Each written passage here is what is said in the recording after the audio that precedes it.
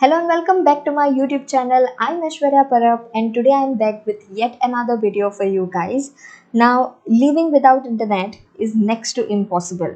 Not just you but also your family will be busy browsing something or the other over the internet. But how does the internet really work? If you're at all interested to know more about this, then let's get started with today's video, shall we?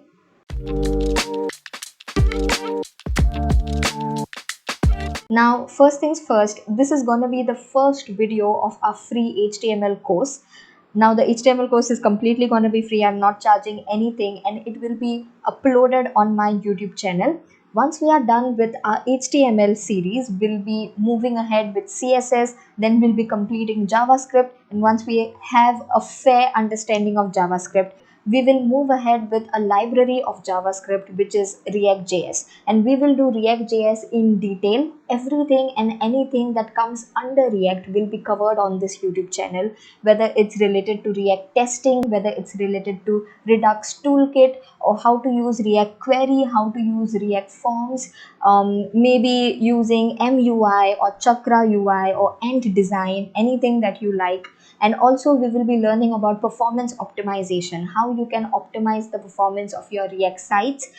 We will also cover Next.js, wherein we will be covering server-side rendering, and eventually we will cover backend concepts using Node.js.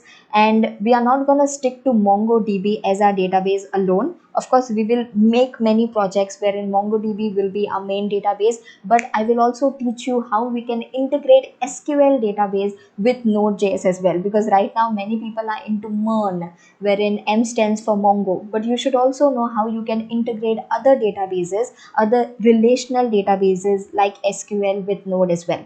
And that will be covered in this free web development course. So if you are at all interested in learning more, then please consider subscribing to this YouTube channel and also press on the bell icon next to my name so that you get notified every time I upload a new video.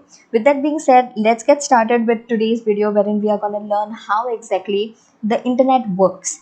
So in simple words, first we should know what the internet is, right? What is the internet? Now, the internet is nothing but an interaction between computers. It is a connection of different computers that form a larger network. Now, when it comes to this connection of computers, some of the computers behave like clients, whereas some other computers behave like servers. Now, the computers that behave like clients are made to ask information. They want to know something, they want information. And the computers that behave like servers, they are made to serve information. So basically you can consider servers to be a library of knowledge, library of many books, and every book caters to some concept. Okay, let's say one book knows how to do digital marketing, one book knows how React works, another book knows how HTML and CSS work. So together all these books are inside a library, and that makes up your server, because whenever you have any question regarding these concepts, you can shoot up your query using your client computer. Now, the client computer is the computer that you use. The browser is your client. Anytime you have a query, you search on Google, right? Now, that computer that you're using to query something is your client. So the client will shoot up a query, and that query will move ahead and call our server. Now, our server will know what your query is. The server will know which book it needs to search in order to give you the right response. So basically, your client is requesting the server so that the server gives you with the right answer, which is your response. Okay, so the server will provide you with a response. The client basically will help you to request something to the server. So these are the two computers that I'm talking about. Now, such computers are interconnected. There's an interconnection of several such computers that form a network. And these computers are connected using wires or cables. Now, a simple question might arise in your head as to how can you connect so many computers using wires, right? You can maybe connect 10 computers using wires, or maybe 20 computers in a room. But we are talking about worldwide internet. We are talking about internet which is organizing so much data all over the world. Now, let's say you want to increase the connection of computers from 20 to a larger number. Now, in that case, you have something known as a router. Now you might already be knowing what router is, but to be very specific and to help you explain what router is in simple words, is that a router is a device which will help multiple computers stay connected. Okay, so using a router, those multiple computers will be able to communicate with each other, and if computer A wants to send a signal to computer B, then that signal will be relayed from A to B. That signal will be communicated to computer B with the help of this router. And other computers within that system, let's say computer C, computer D, computer E, they won't be affected. So a router makes sure that whatever signal you're sending from computer A, that will reach computer B and only computer B. So the route is clear. That's why the name router, right? We have given it a name of router so that routing becomes simpler. So a router will know which route that signal should take in order to reach computer B from computer A. Okay, so basically a router helps you connect multiple devices to the internet. So there will be several computers that are connected to this router, and such multiple routers can be present in order to form a larger network of computer systems, correct? And in this way we will connect multiple devices with each other. All these devices that are connected to several routers will be able to communicate with each other and pass information in turn. And of course, a router helps in relaying signals to the right computer. So if computer A is sending a signal to computer Y, then that signal will reach computer Y because the router will relay that signal to computer Y. Okay. Now this is fine. Routers have simplified the job of physically connecting computers using wires, right? Because we cannot have so many computers that are just, interconnected.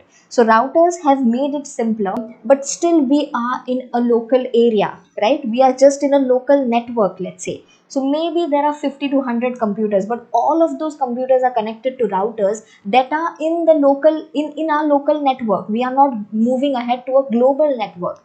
Because when we talk about internet, we think of a global network because we can hit any website, whether it is in India, whether it is in England, whether it is in Canada, whichever country you name it, and you will know that internet is able to connect all those websites from several countries. Now these computers in these particular countries are not within a local network, they are in a global network. So in order to browse the global network, something known as ISP comes into picture. Now ISP stands for Internet Service Provider, and I've written here the example as Geo, right? So all Indian students or everyone from India will know what Geo is. Geo is a company that provides you internet services, and Geo is an example of ISP.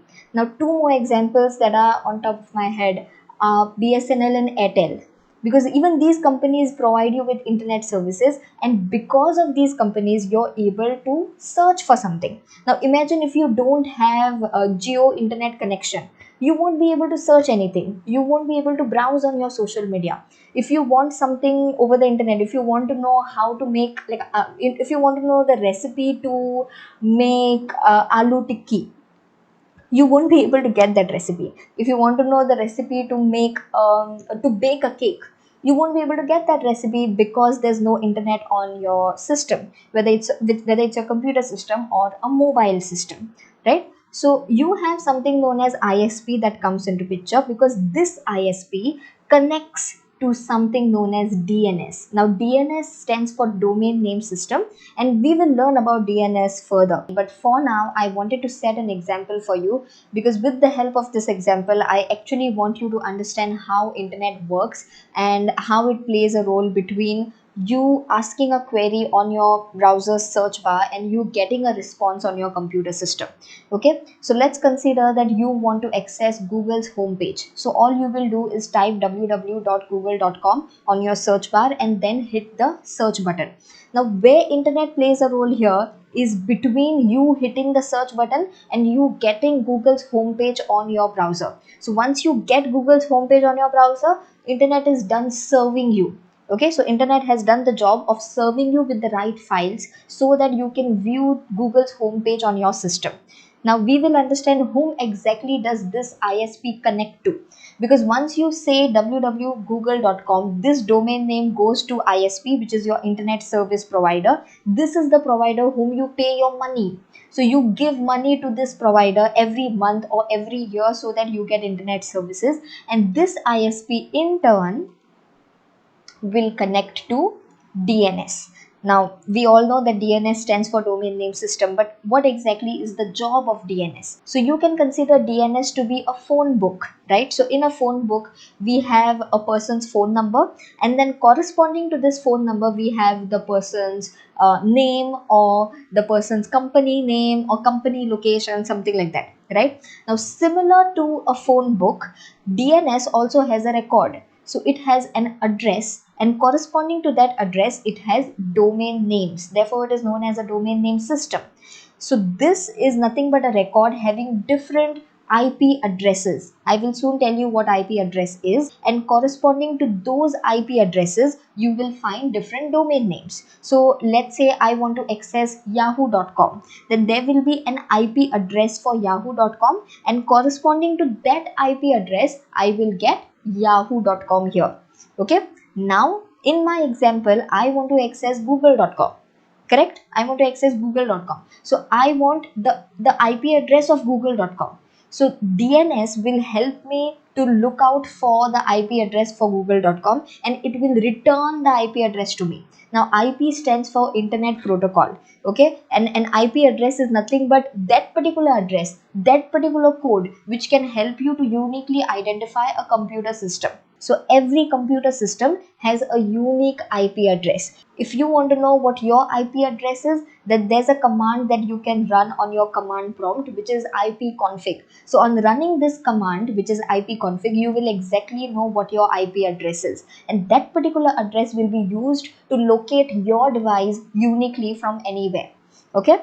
Now once this DNS finds the exact IP address of google.com, that particular IP address will be returned back to your client computer. The client computer wherein you requested for google.com, that computer will get the IP address of Google servers. Okay, because Google servers are located at this particular IP address. Google.com is your domain, right? So at that domain, there's an IP address wherein a computer system is located. Now that computer system is nothing but your Google server. That computer system belongs to Google servers. So here is where we establish a connection between client and server, and this is known as client server interaction. So now ISP has gone from the picture, DNS has gone from the picture, because they have done the job. They have done the job of connecting your client computer to the Google servers. Because from the Google servers, you will get the response, right? Ultimately, you want to see Google's homepage. You want to see the logo of Google. You want to see the text that is written on Google's homepage. You want to see the search bar, and maybe if any interactions are possible on Google's homepage, you want to see all of those. Now, those will be given to you by this Google's library. Now, this library only belongs to Google. Okay, these Google servers are located and they can be identified using this IP address. Now, in order to justify this, let's go to a website called nslookup.io, and what we will do is we can search for any domain name here, and in return we will get the IP address. Okay, so let's search for www.google.com. okay, this was our example, right? Now this is the IP address that we are getting for the domain name www.google.com. So we will copy this IP address. Now this is the IP address of Google servers. So using a client machine. Now right now I'm using a client machine, correct? This is my client machine. So using my client machine, if I hit this IP address, then I should get the logo, I should get the search bar, I should get the textual content that is on Google's homepage. So in simple words, I should get the entire Google homepage on hitting this IP address, right? So let's do that. I'm hitting the IP address, and what I get is Google's homepage, because I'm hitting Google servers, and Google servers are returning all the information related to Google's homepage, related to google.com. Okay, I hope this is clear. Now, all of this happens in less than a few milliseconds, and that's how incredible and wonderful the internet is. So, if anyone asks you, how does the internet work? The simple answer is that the client computer makes a request through the browser. The browser connects your ISP that you pay for, whose job is to quickly search for the right server using the DNS server. The moment you get the IP address of your interested server, you make a direct request to it and get all response files such as images, code files, textual content, etc. And this is how we establish a connection between the two computers over the internet, which is essentially the client and server computers. And remember, all of these computers are actually physically connected using wires or cables. So yeah, this is how the internet works. And now that you have understood how the internet works, it's really important to understand how websites work. Because if you're starting with HTML, CSS or JavaScript that are essentially used to build websites, you should also know how websites interact and how you can interact with them in turn. Okay, so if you're at all interested in learning more about this, then I'll see you in my next video wherein we will learn how websites work. Till then, take care of yourself. I'll see you next time. Bye.